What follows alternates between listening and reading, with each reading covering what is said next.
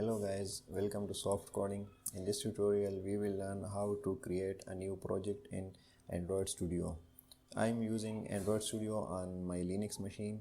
So if you want to use Android Studio on your Linux machine and don't know how to install it, so you can watch my video on how to install Android Studio on Linux. I will put a link in a description. Or if you have already installed Android Studio on your machine, so let's open it and start creating a new project. So from here, click on start a new Android Studio project. Here we have multiple templates for our app, so you can select whatever template you want, or if you don't know what template to select, so you can just select an empty activity and click on next. From here you have to put a name for your application. So let's suppose we enter a name like first app. Here you can see we have a package name or a domain name. This domain name or package name is used to uniquely identify our app on Play Store. So this name should be unique.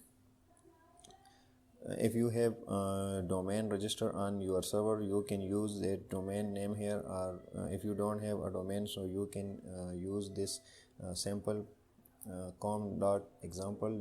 Your application name.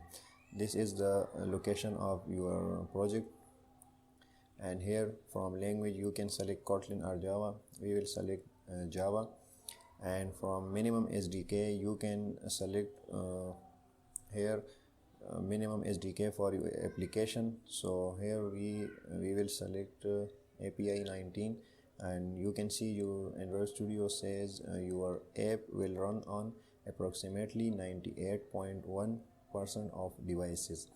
So click finish.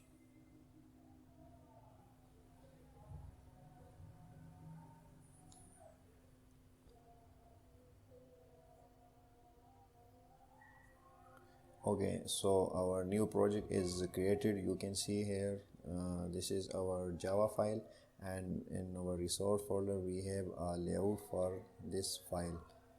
So that's it for this tutorial, and in next tutorial we will set up Android emulator to run our app on it.